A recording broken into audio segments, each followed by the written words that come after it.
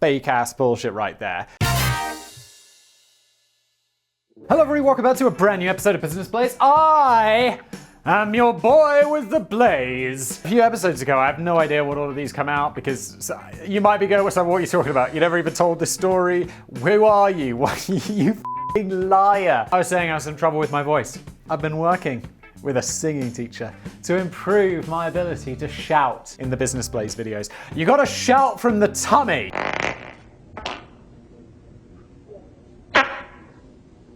Was that a fart? I don't know. And apparently that will stop me from losing my voice and therefore my career. So, that's good news.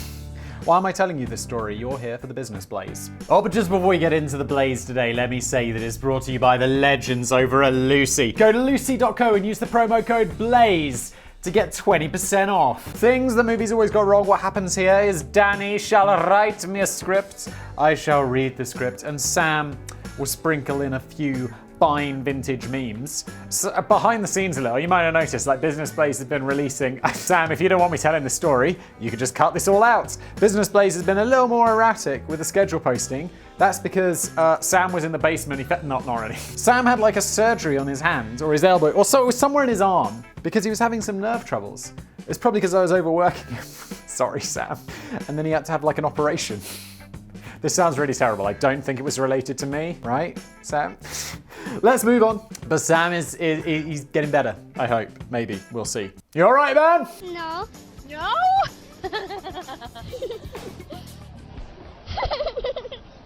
I had to stop going to the cinema with my mate Russell in the end.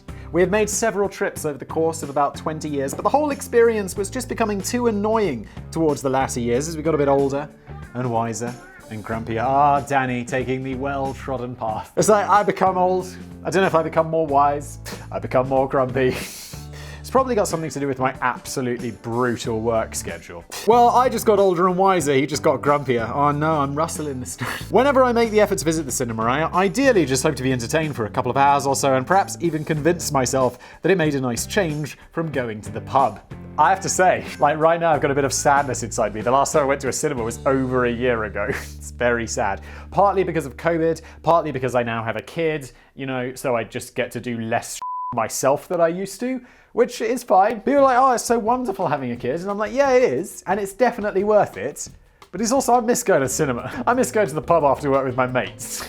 That's more of a COVID thing. But Russell is a bit of a history and general knowledge buff. See, now people often think Simon knows, he's such a big brain, he's made so many videos. But you could ask me, I sometimes look at videos that have gone out on Geographics. We made a video about Le Mans, the race track. Or is it just a race? See, this is what I'm talking about. I don't even know. And I'll be like, oh my God, I can't remember a single thing about it. And I made that video a week ago because I'm constantly making It's like I'm being entertained. It's honestly great to be able to learn about Le Mans, and my job is to read about Le Mans in front of a camera for 20 minutes. But it is like, if someone asked me a question about when was Le Mans founded, I'd be like, 1920s, maybe? But I'm really not that much of a general knowledge buff. After the final credits roll, he feels compelled to stay frozen in his chair and angrily point out a long list of inaccuracies that he spotted throughout the film. It's almost as if he's paying good money just to take on the role of a teacher marking the homework of a thick-witted child. Yeah, except it's a movie that was made for hundreds of millions of dollars. I'm sure it wasn't made by some idiots. Although I have seen the movie Patterson.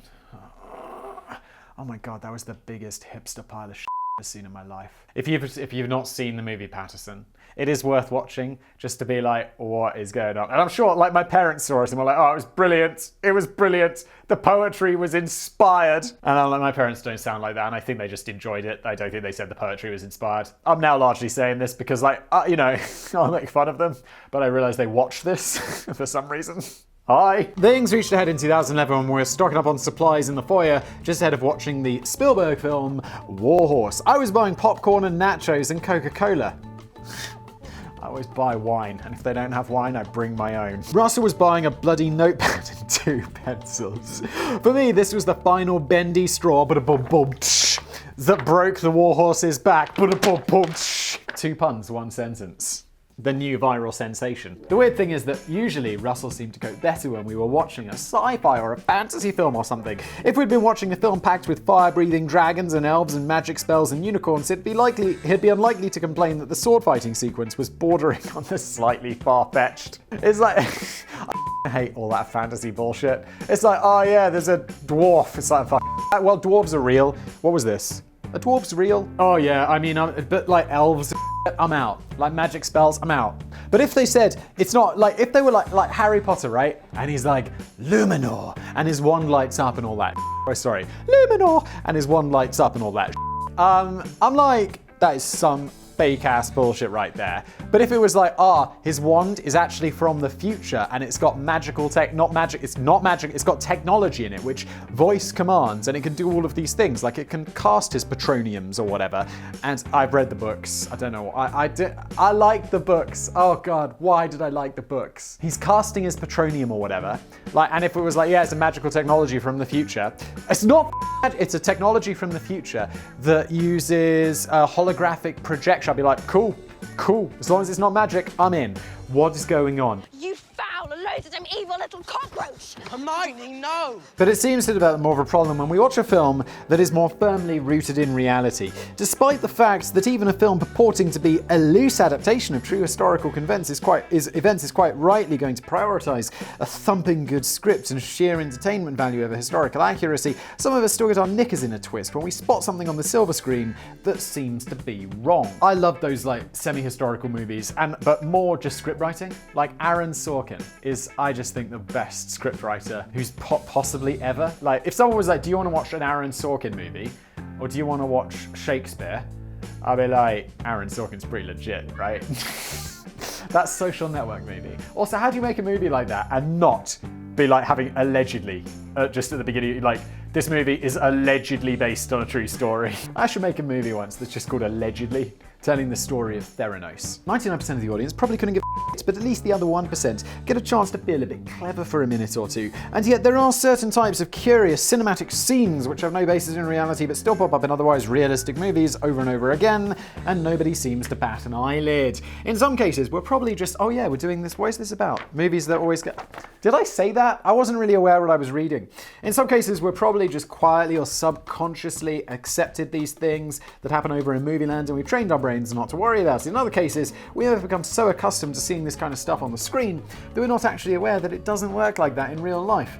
Here's a rundown of some of the most preposterous stuff that gets depicted all the time in the rogue picture gallery, yet you're never likely to see any of it outside the four walls of the movie theatre. Alright, let's get into it. There are a few of these that I can think of.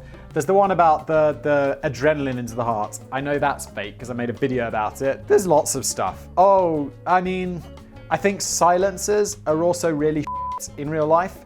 So it's like, you know how it's like James Bond's like, pew, pew, and it sounds like this muffled like, like, and in video games as well, you're like, and in real life it's like a silence, just like, ba-dum, rather than just the actual deafening crack of a gun. Back in the very early days of cinema, the audience was happy enough with enchanting films about steam trains and rocket ships to the moon. But the industry soon cottoned on to the fact that what the audience really wanted to see was people getting punched in their stupid faces. We've all seen these sequences where a guy receives a blow to the head and is knocked out cold for about half an hour or so, usually just enough time for the attacker to snoop around an apartment or steal a precious diamond or generally finish off whatever he needed to do without risk of further interruption. Yeah, I think I know this one. It's like if you punch someone in the face and they go unconscious, they're either waking up fairly immediately, in which case it's not too much of an issue. But if they're unconscious for a while, I believe that's a coma, right? And it's like you're gonna need like an MRI, you're gonna need to stay overnight in hospital, they're gonna need to monitor you carefully to make sure there's no brain damage. It's like, yeah, that is serious. You don't just knock someone out for a short time by like causing them brain injuries. Why am I even saying this? I think it's just to prove how smart I am, which is entirely pointless because you all know that I'm massive big brain. The victim often wakes up later on, rubbing his sore head and conceding that he got clobbered over the head good and proper this time. And I'm sure that most of us already know from those times when a Jehovah's Witness wakes you up on an early Sunday morning with an unsolicited knock on your door, punching somebody unconscious is harder than it looks on screen. I've never punched anyone unconscious. I imagine 99% of people have never punched anyone unconscious. I don't think I've ever really seriously even punched anyone. But even if you do manage it, the victim is unlikely to remain unconscious for longer than a few seconds or perhaps a couple of minutes at the most extreme cases. If he's out for any longer than that, it's quite likely that he won't be waking up again. Oh, Oh, anytime soon. Okay. I mean, that's a bit different. He's like, okay, he might wake up in a day. It's a lot different than he's never going to wake up again. He's now in a coma or dead. And you're going to prison, possibly for life. As you punched him into a coma, I told you, and he could well end up suffering from brain damage or other serious head trauma injuries that would require urgent medical treatment. He's certainly not just going to wake up half an hour later asking for a brandy to help shift his mild headache. Of course, the knockout punch is a frequently used plot device which enables a character to be temporarily frozen out of the action without going to the extreme of killing him off. The good guys don't always want to be seen as resorting to murder when neutralizing a threat. I don't want to kill you. Or if they're the ones copping for the blow to the head, it's probably because they still have a part to play later on in the film. Yeah, it's like number of times James Bond's got knocked unconscious while using his totally silent gun is high. It's like, James, you'd have terrible brain damage. But it's worth bearing in mind that every time a do-gooder hero knocks out a villain and that leaves him alone to recover, he's most likely leaving his victim for dead. And considering how many times Marty McFly got knocked out cold in Back to the Future, oh my god, it happens all the time. He's like, he wakes up, Mom, is that you? Love that movie. It's probably a good job they didn't bother with part 4. I would absolutely kill for a Back to the Future. I know it's a trilogy, but oh my god, I'd love a Back to the Future part 4. People like, Simon, that would ruin it. And it's like, I don't care, I just want more. I just want more, okay? Nobody finishes their meals, although it'd be really awkward when the future didn't turn out exactly how they predicted. It'd be like, no, there's no holograms yet. I mean, good ones. What's the year? 2020, what, 6 years after we set in the future and you haven't figured it out? Come on! One thing that has absolutely been figured out is nicotine gum, and it's been figured out by the legends over at today's sponsor, Lucy. And you might be thinking, nicotine gum, what is this, Simon? 1997? Au contraire, my friends, it's nicotine gum for the 21st century. Although now we're like 21 years into that, shouldn't we be like for the mid-21st century? Which is a crazy thing to say. Are we still early 21st century? Look, nicotine gum used to be weird. I've told this story before in these ad reads, but my dad, when I was a kid, he used to smoke and he gave up with nicotine gum. And it was this weird smelling kind of green looking stuff that you'd get from a pharmacy and you'd stick back. It was nasty. And obviously no one likes how that tastes, but they do want a cleaner alternative to smoking. Lucy is on the same mission as those weird nicotine gums from the 1990s, but they were basically like, yo, those traditional products, that ain't my cup of tea. I'm not into that. I'm not into that weird, green, smelly shit. I'm into something better. So, these two Caltech scientists, as I always say, Caltech is a university for big brains. So you know these guys, you know they're up to some good shit. 2 years of reformulation, and they've created longer lasting and better experience gum that comes in 3 flavors: wintergreen, pomegranate, and cinnamon. Cinnamon is just such a great flavor, and obviously mint as well. And pomegranate if you like fruit gum. I mean, they've got to appeal to everyone. I personally find juicy fruit pretty horrible, so that's not going to be for me, but I'd absolutely get on that wintergreen if I needed a cleaner alternative to nicotine. I don't, fortunately, but this is a fantastic option for people who do. So we all know smoking is bad for you, or boy do we.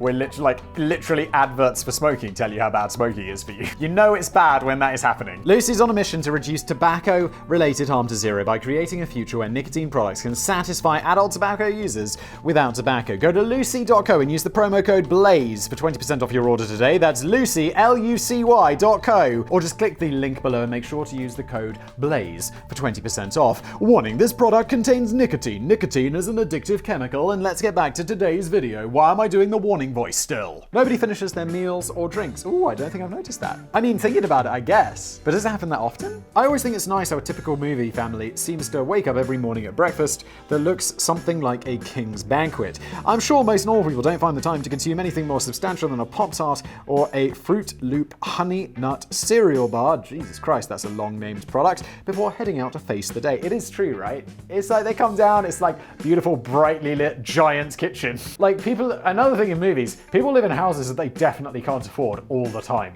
It's like, you have this massive house. Like, what is going on? And your breakfast is like this sun streaming in the windows. They're drinking like freshly made orange juice.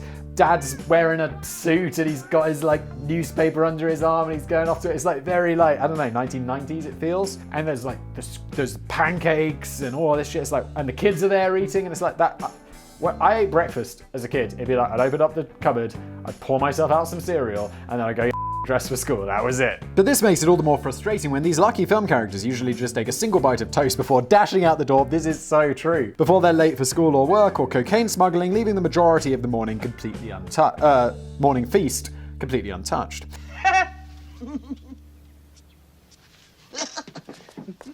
And it's the same story in bars and the coffee shops of Hollywood. In fact, running a bar in a movie might be quite a lucrative enterprise, as most fictional customers tend to just take one sip of a drink before slamming far too much money down on the bar and making a hasty exit to deal with an unexpected situation that's just cropped up. Yeah, I don't know whether this was just an American thing or like just leaving money. Like, change is a thing, folks. It's like, yeah, just like put down a 20. It's like, you had like one beer. What is going on? It's like, wait, you don't wait for your change? I'm so confused. Like, when I feel like I used to work in a shop and people who said keep the change, it was always weird. It'd be like, what? It's like 10p. Just take your 10p. Why? It's gonna make my till not balance. Come on. It's not like I get to keep the change. You're not tipping me, and even if you were, it's 10p.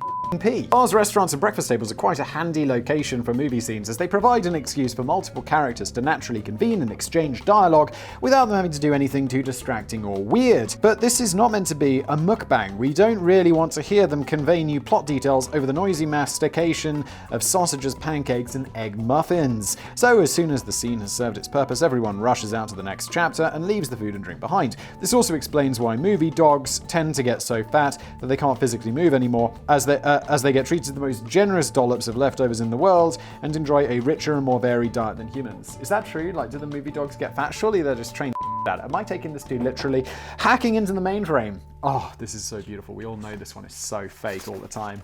There's a great, I think it's one of these, you must have seen them, like Variety or whatever, sit down with like an expert and then they analyze scenes from movies. It's very compelling stuff. It's really nice. And there's one where there's a real hacker and he talks about these hacking scenes in movies. And it's like, no, hacking is not like trying to get like a graphical image of a cube to fit inside another cube. That's not what hacking is. Here's an area that the movies get so frequently and so consistently and so horrendously wrong, it makes you wonder if anyone in the film industry has ever owned a computer or has the slightest idea of how they might work. The IT experts of the movie world might usually be depicted as socially awkward, bespectacled geeks who are still waiting anxiously for their first romantic encounter, but it has to be said that they possess the kind of superpowers that you don't tend to see in real life very often. The ones who really know their and usually hack into the mainframe of the Pentagon or the Kremlin or Simon's merch. Get out of my merch store! In a matter of minutes, just by furiously moving their hands around a keyboard and bringing up a dazzling array of pretty windows on the screen. This often triggers a reaction scene from the location of the system that's actually being compromised, with rival IT geeks announcing in horror that the system has been breached as alarm bells and flashing red warning messages fill up their screens. This itself is complete nonsense, as the whole point of hacking is to remain undetected, and the vast majority of targets won't be aware of the situation until long after the deed has been done. Yes, the hackers don't want to advertise that they're in there. It's like, yeah, I hacked your shit. It's like they just want to quietly be there, like downloading merch. I suppose it's tough to make computer hacking appear simultaneously sexy and dramatic and reasonably authentic to the screen. Yes, Swordfish, that movie. It's like, come on! And it appears that most filmmakers tend to sacrifice the reasonably authentic element, which is fair enough. But the films often go so overboard with the dramatic element that it becomes painfully ridiculous. Yeah, where it's like there's the fingers flying over the keyboard, there's the green screen scrolling on the on the black on the monitor, and there's some dramatic music playing. It's like, it's not like this at all though, is it? Most computer hacking is slow, tedious, and not a visually thrilling experience on the screen. If you want to make good progress, you're unlikely to quickly open up about 30 different windows at once, because that's just silly and counterproductive. It would be like me, yeah, I want to check my email. Better open up 40 Chrome tabs. And the interface is unlikely to consist of pretty shapes and swirly patterns and elegant designs, because this is hacking, and nobody cares about anything other than command lines. And while we're at it, all those thousands of times we see the computer wizard zooming in and enlarging any element of a photograph without losing the slightest shred of quality don't really seem to abide with the basic principles of photography, no matter how advanced their Commodore 64 software might be. Yeah, the zoom and enhance stuff. I used to love that TV show CSI, but it it is ridiculous, and it's like, zoom in, enhance. And it's like, you're looking at like his bank card inside his pocket. Now we know who he is. Or there's that, what's that movie? With Will Smith. It's so bad. Enemy of the... Well, it's not a bad movie, it's quite entertaining, but it's like Enemy of the State. And they're like, it's a security camera. And he's like, can you give me a view from the other side? And the tech guy's like, you sure can. And the camera seems to spin around to the other side as if there's somehow way he could get it. It makes no sense. It's actually insane. And then there's another scene where they're like got a satellite looking down on like something. And he asks the same computer hacker guy, can you give me a view from the other side? And he's like, the satellite is in space. I can't. Despite the obvious absurdity of all of this, it seems unlikely that we're due any changes in how computer hacking is depicted on screen, and the filmmakers will persist with the primitive idea that an IT expert using a computer is a bit like a grandmaster wizard conjuring up a demon from a mirror dimension, where the developers of Raid Shadow Legends decided to purely rely on word-of-mouth marketing. Wait, Raid Shadow Legends is purely word-of-mouth marketing. Didn't we do a Business Plays video where they actually claimed that? They were like, no. All of these people talking about Raid Shadow Legends, they're just people who like the game.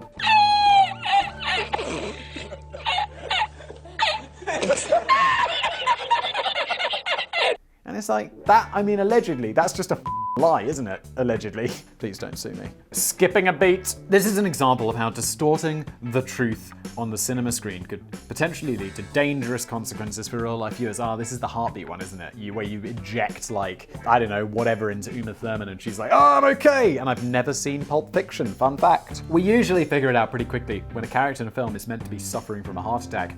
They might have been enjoying a good meal or playing a game of baseball with the grandkids or making a speech at their own retirement bash when suddenly they'll start clutching their chest in agony and then stagger around for a bit, making spluttering noises before jerking to a dramatic halt and dropping limply to the ground like a sack of Monster Munch. In truth, many heart attacks aren't quite this theatrical and don't just randomly come out of nowhere in such a dramatic fashion. The gradual warning signs and symptoms can include cold sweats, upper back pains, nausea, vomiting, anxiety, and unexplained fatigue. Admittedly, this is probably very difficult to convey during a brief sequence in a 90-minute movie, which is why the Hollywood heart attack tends to cut a few corners. The problem with this approach is that some viewers may assume that all heart attacks happen just like in the movies. You dismiss their own milder symptoms as indigestion. In fact, a YouGov poll from a few years back put forward the alarming suggestion that 38% of viewers believed real-life heart attacks to be largely identical to the Hollywood formula. Yes, see, this isn't the thing about injecting into the heart, and I didn't realize that this was being badly portrayed. So, I mean, I know they're going to be different because you get the pain down your left arm and stuff, and this kind of stuff. But yeah, also I feel like if I was having a heart attack, I'd know it's not like, I've had indigestion, it's like, and it goes away. With a heart attack, I feel like it's going to be like, this feels different. Having said that, it's maybe not fair to put all the blame at the door of the movie theater. I would generally recommend getting your health advice from medical experts rather than Lethal Weapon 2. Yeah. But I mean, we're not all seeking out medical advice on heart attacks, but we are all seeing movies where we see heart attacks featured. Confessions of an Elevator Designer. Oh, Danny, what? If those of you are unaware, one of Danny's dream careers before I locked him in the basement was to become an elevator designer. Over the years, I've sent my concept sketches of elevator designs to all the major elevator companies around the world. But I never hear back from any of them, not even the dodgy ones in Mexico with a woeful safety track record. I sometimes wonder if they think of my plans for a water slide as a bit over the top, or maybe it's just something simple, like I've put the emergency escape hatch in the wrong place. Oh, I think I know this one. I don't know why I say this because I always spoil it again, I just want to prove how smart I am. When was the last time you were in a lift and there was a hatch on the top and you were like, yeah, that's where I'll escape to? In the movies. It's like there's no hatches up there, it's just a ceiling. But I see them in films where also like vents, ducts that Bruce Willis will climb through in movies. They're not that big in real life. Like, there's a duct there. Can you see that duct? I don't know if that's above the thing. That's like ventilation for this office. And it's like, I don't know, a smallish cat could fit in there. Definitely not me. But I've seen all the films where a character gets trapped in a malfunctioning elevator, and so they push themselves through the emergency escape hatch, positioned clearly in the roof, and then climb up the handy rungs of the shaft to avoid certain death when the elevator inevitably plunges downwards to its destruction. Also, that doesn't happen. Like, elevators plunging down is like so incredibly rare. I think like the number of people who've been killed by this in like history It's probably in single or double digits. But come to think of it, I've never actually seen an emergency escape hatch in a real elevator. Danny and I, same page. And it turns out that even if you can see something resembling a hatch, it won't be designed to open from the inside. It's only there for the incredibly rare cases when an emergency rescue team needs to get in from the outside. Even if you do somehow find a way to magically teleport yourself out of the broken elevator, I'm not sure exactly what you'd expect to find in the shaft. Maybe a handily placed set of rungs to climb up. It certainly won't be those handy rungs or a ladder. Disappointing. The only way you'd be able to get to the top is by downing a pint of Willy Wonka's fizzy lifting drink and then floating to the top of the shaft like a bubble. What, are we writing a fantasy novel now, Danny? Jesus Christ. And not that there'd ever be any risk of the elevator plunging downwards to doom anyway. I'm led to believe that these professional elevators designers now kind of know what they're doing and they install brakes and things to avoid the risk of making a gooey mess. Oof. And also that thing about, if you're in a falling elevator and as it gets to the bottom, if you just jump, that doesn't work. You will be fucking destroyed. On a very similar note, despite what you may have seen millions of times in movies, nobody can make their way out of a locked room by climbing through an air vent. Danny and I, same page! I don't read these ahead. It's certainly a popular method of getting characters out of a tight spot when they're being captured by the enemy, but it's a complete nonsense to think that anyone can climb through an air vent and shimmy their way to safety like a determined little worm. The air vent is just way too small for an adult to access. It's possible that a toddler might be able to squeeze through it a push. Small cat could fit through that one, honestly. But then the whole air vent would collapse under their weight, so it's still not a very effective escape strategy. Yeah, I feel like that's been done in parody movies where they're like climbing through the vents and then just the section of the vent falls down. It's like, oh, hey guys. And then you get shot. My copier! My precinct! Charles! The best idea here would be for the screenwriters to just try and avoid writing themselves into such a silly corner. Going out with a bang.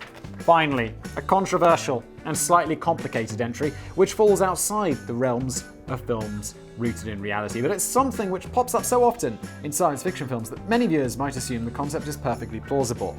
You can't hear explosions in space. The thrilling climax of a typical sci-fi film may feature enemy spacecraft bursting into loud, fiery, rippling flames which tickle the sides of any nearby craft that might be trying to speed away from the blazing debris of this flaming carnage. The Star Wars franchise, Star Wars, is an obvious smash that dislike button. It's an obvious example, with spaceships and Death Stars and things getting transformed into noisy fireballs every 5 minutes, as starfighters try and evade the chunks of scorching debris from the explosions. And I apologize if we've got any of the Star Wars terminology wrong here. I only watched the films once years ago, and I can't remember the good bits with the Ewoks. Danny, I like that you also haven't really seen Star Wars. I've seen 2 of them. Didn't enjoy either one. But it's not just, and I didn't see the bad ones. I saw the good ones. I've never seen that one with Jar Jar Binks, and I never will. But it's not just Star Wars. Literally hundreds of sci-fi films have depicted this kind of thing over the years. But just how realistic is all of this? Utterly unrealistic. Well, the short answer is not very. For starters, you wouldn't hear any noise at all due to the fact that sound simply can't travel through the vacuum of space. Some would argue that it's equally impossible for anything to explode in space at all, as flames require oxygen to burn, and you don't tend to find much oxygen out there among the blanket of stars. That does sound quite reasonable, but it's not entirely impossible for a spaceship to explode if it's been carrying an oxidizer on board, such as liquid hydrogen and liquid oxygen, which is possible because, that's how they get into space. But the explosion will be very different from the kind you'd see on Earth. Instead of a raging, fiery inferno, it would be more like a very brief camera flash lasting no more than just a few seconds at most. So the Death Star from Star Wars wouldn't really have gone up in booming smoke. It would be more like it just lazily and silently blinked out of existence. And of course, that would have been something of an anticlimax for that franchise of fascinating Ewok documentaries. Funnily enough, my mate Russell is a massive Star Wars fan. I know we're getting to the end because Danny's doing his callback thing.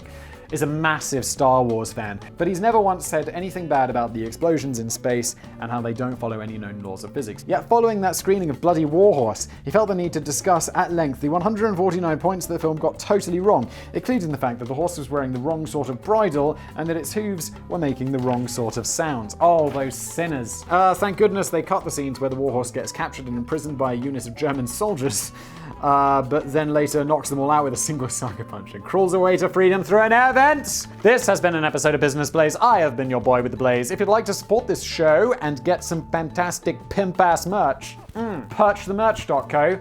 This is just one design of many, and it's available in green. Thank you for watching.